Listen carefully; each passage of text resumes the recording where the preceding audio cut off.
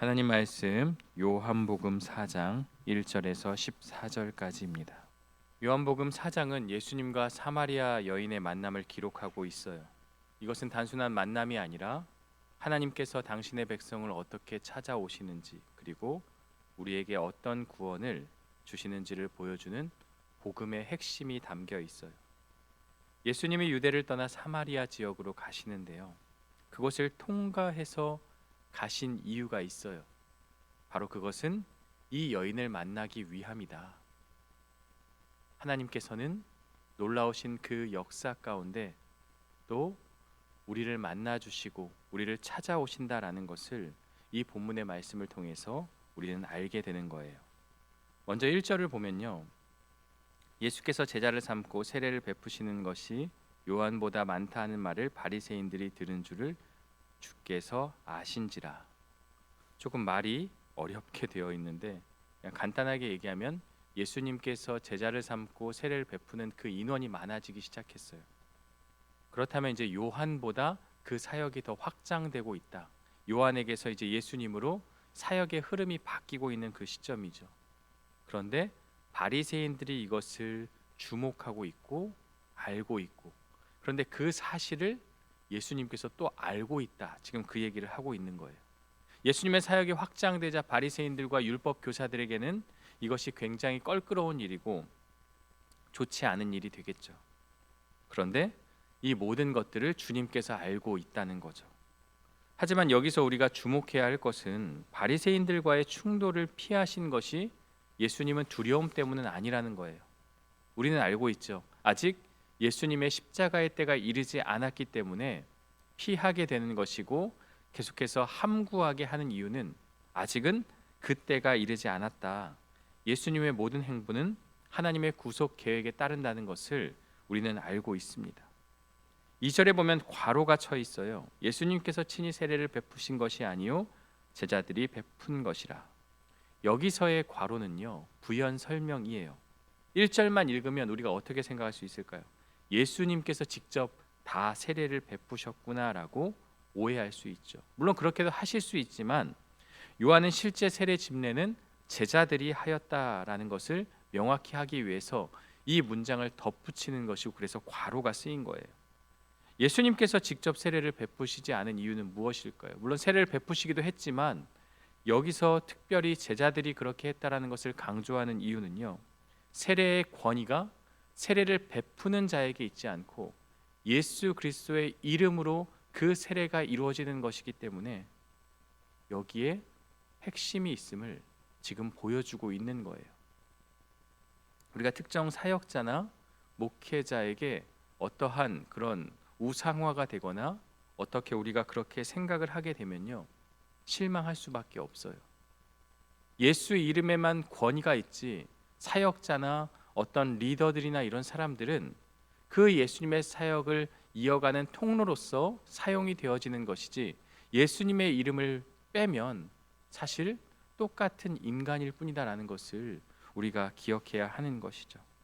예수님의 이름으로 행해지는 그 모든 것들 위에 권위가 있는 것이고, 그것이 바로 오늘 본문에서 제자들을 통해서 세례를 주는 그 이야기의 내용이라는 거죠. 그래서 권능은 사람에게 있지 않고 예수 그리스도에게만 있다. 그래서 제자들이 세례를 베푸는 그 권위도 똑같은 거죠. 예수님이 베푸시는 세례나 예수님의 이름으로 제자들이 베푸는 세례나 그 권위가 효력은 똑같다라는 것을 우리는 알 수 있게 되는 것이죠.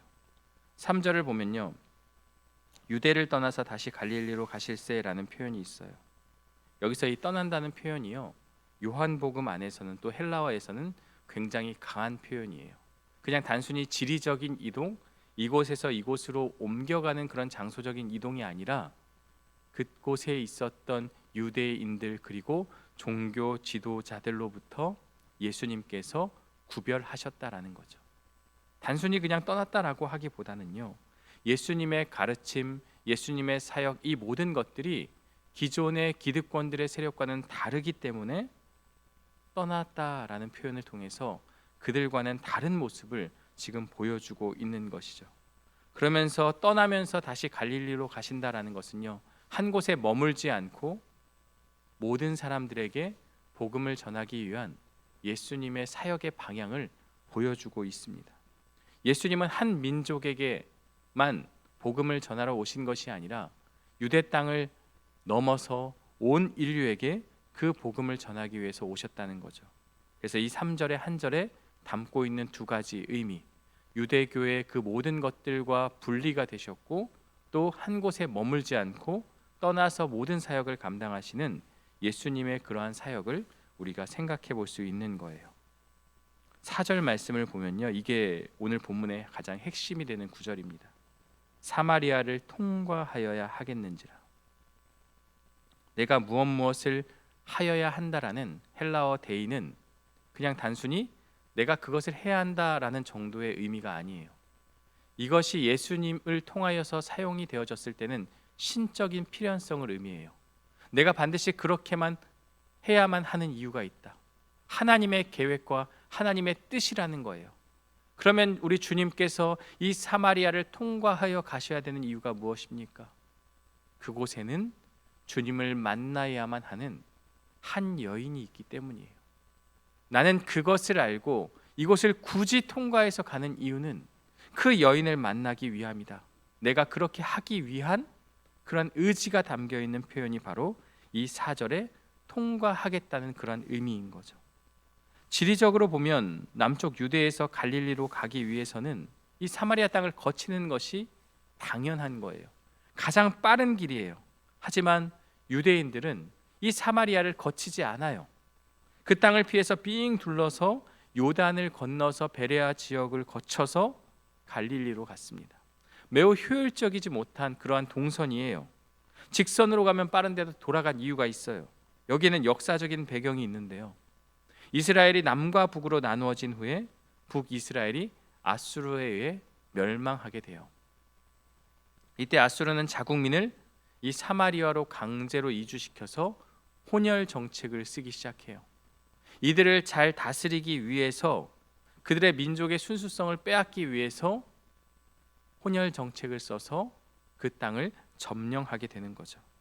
그래서 유대인들은 이와 같은 사마리아인들을 멸시하고 경멸했어요. 사마리아인의 죄는 아니잖아요. 그런데 그러한 과정 가운데서 그 민족이 순수성을 잃은 것에 대해서 지탄하고 상종치 않았던 거예요. 그래서 유대인들은 사마리아인들을 이방인보다 더 싫어했어요. 마치 앞잡이처럼 그렇게 여기며 그들을 경멸했던 거예요. 그런데 예수님은 반드시 사마리아로 통행하여야겠다고 말씀하고 있어요. 그 이유가 무엇입니까?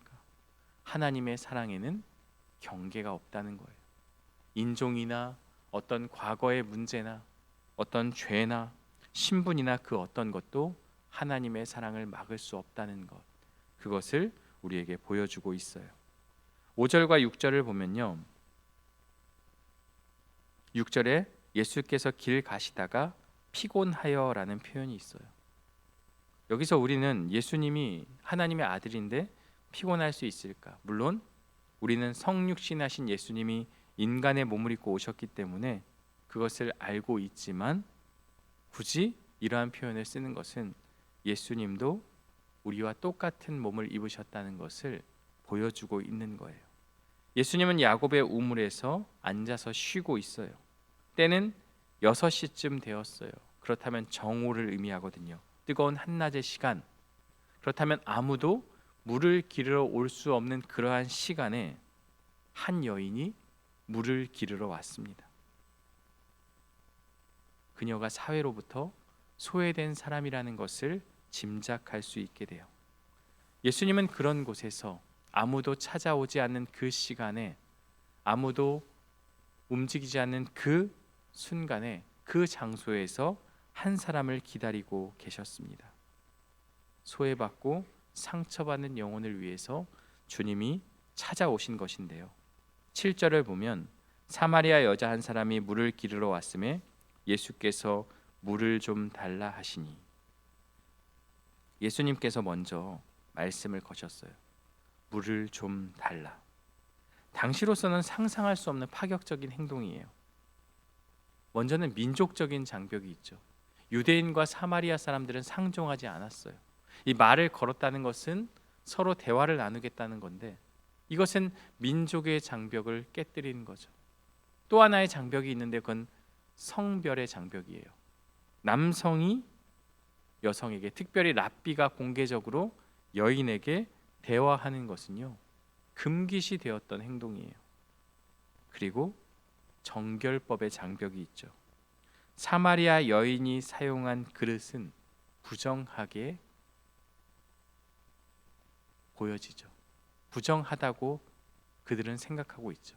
그런데 그것을 깨고 예수님은 물을 좀 달라고 말씀하고 있어요. 더 깊이 보면 예수님께서 물을 달라고 하신 것은요, 목마름의 문제도 있지만 이 여인에게 대화를 하기 위한 하나의 진입구로서 사용하신 거죠.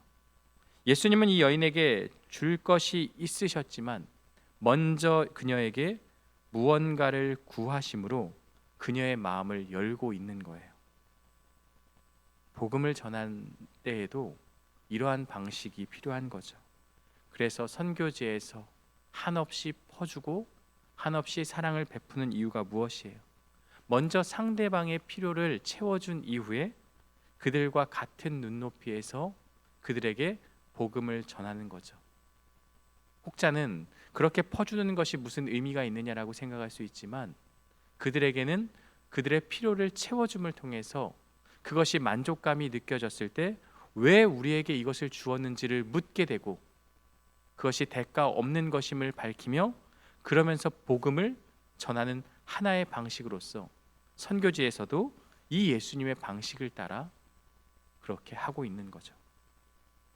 8절을 보면 이는 제자들이 먹을 것을 사러 그 동네에 들어갔음이러라.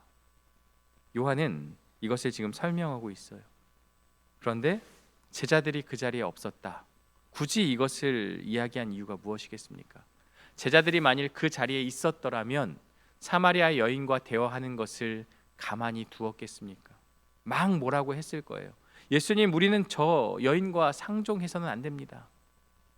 저기 민족은 아주 나쁜 민족이고 여성입니다. 그리고 저 여인이 사용한 그릇은 부정한 것입니다. 분명히 그렇게 했겠죠. 그래서 요한은 그 내용을 설명하고 있는 거죠. 9절에 보면 사마리아 여자가 이르되 당신은 유대인으로서 어찌하여 사마리아 여자인 나에게 물을 달라 하나이까 하니 이는 유대인이 사마리아인과 상종하지 아니함이로라. 친절하게 설명하고 있습니다. 여인의 반응은 놀라움 자체죠. 예수님의 행동이 얼마나 파격적인 행보인지를 정확히 알고 있어요. 당신은 유대인으로서 어찌하여 사마리아 여자인 나에게, 여기에 지금 다 들어있죠. 당신은 유대인인데 왜 나에게 말을 거십니까? 나는 여인입니다. 그녀는 평생 유대인들로부터 차별을 받아왔을 거예요. 여성이라는 이름으로도 차별을 받아왔을 거예요. 그래서 예수님의 이 호의, 예수님의 친절한 요청조차도 받아들이는 것이 쉽지 않아요.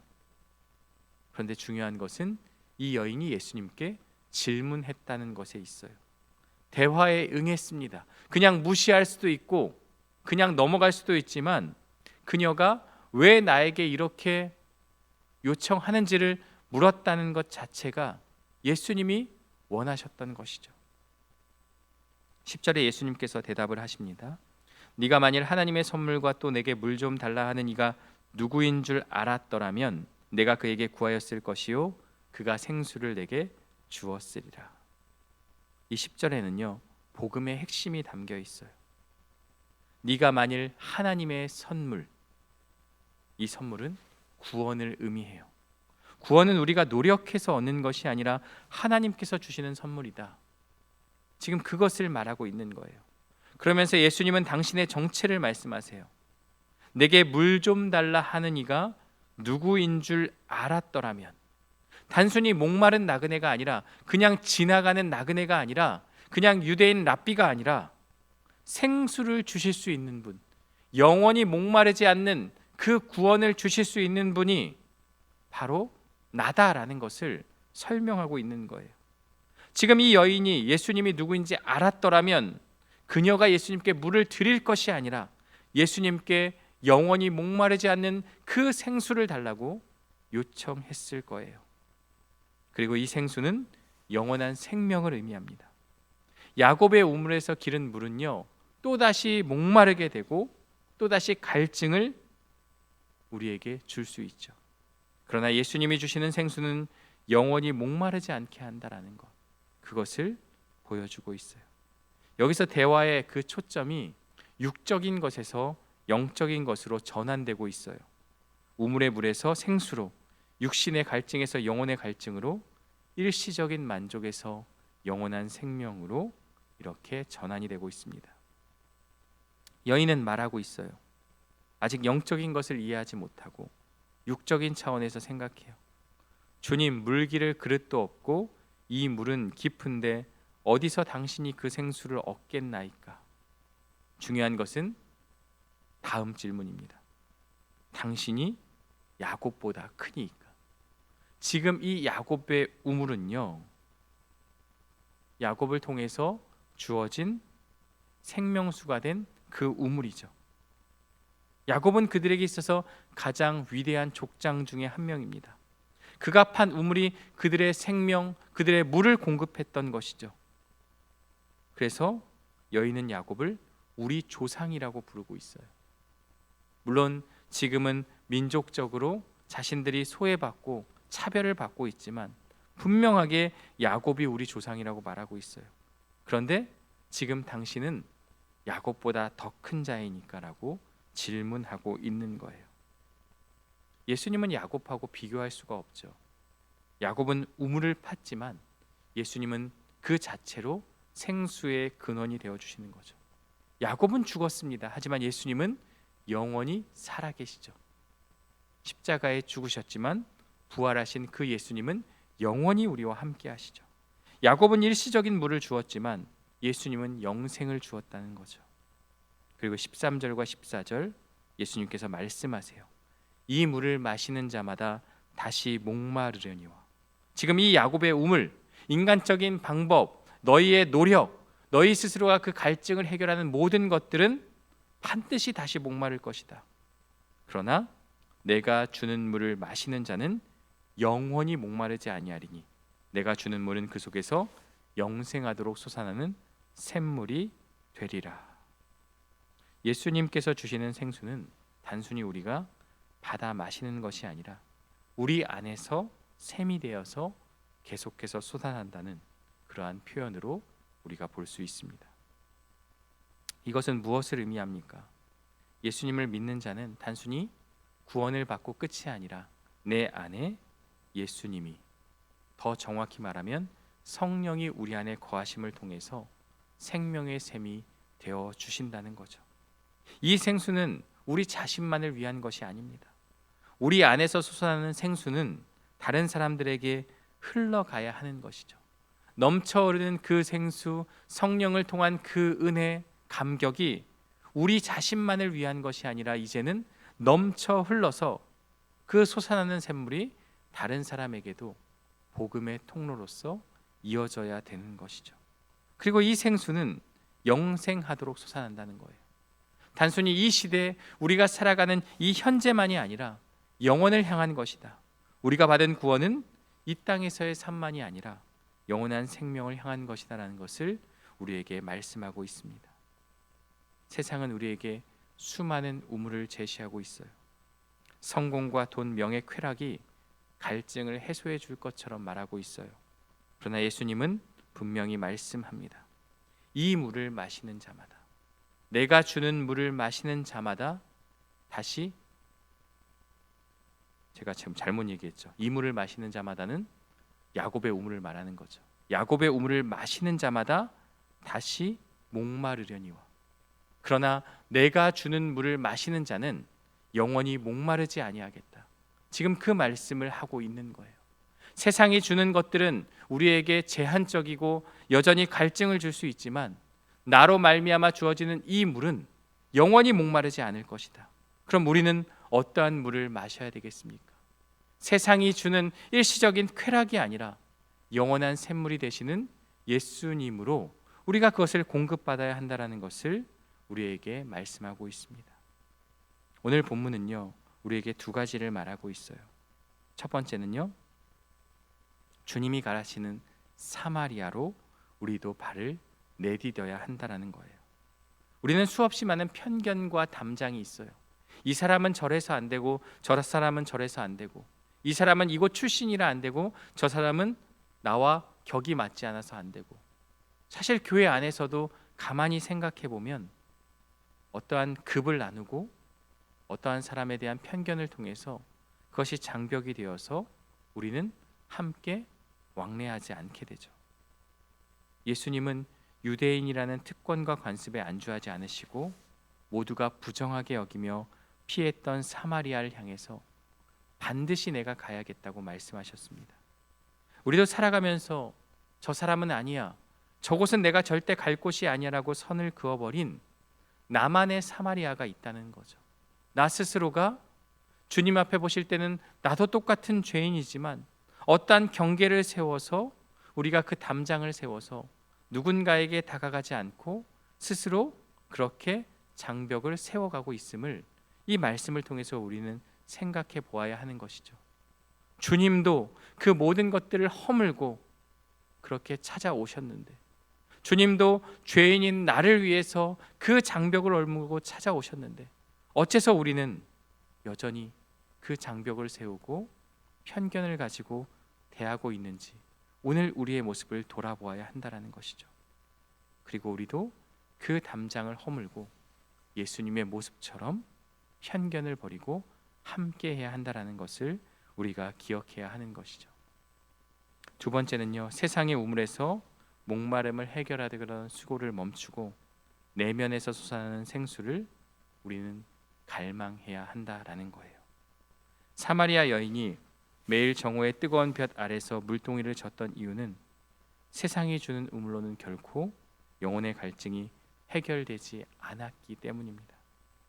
그녀가 사회적인 시선과 편견 때문에 그렇게 숨어 지내듯이 찾아온 것은 그녀로 하여금 여전히 갈급하고 여전히 부족하다는 것을 보여주는 하나의 모습입니다.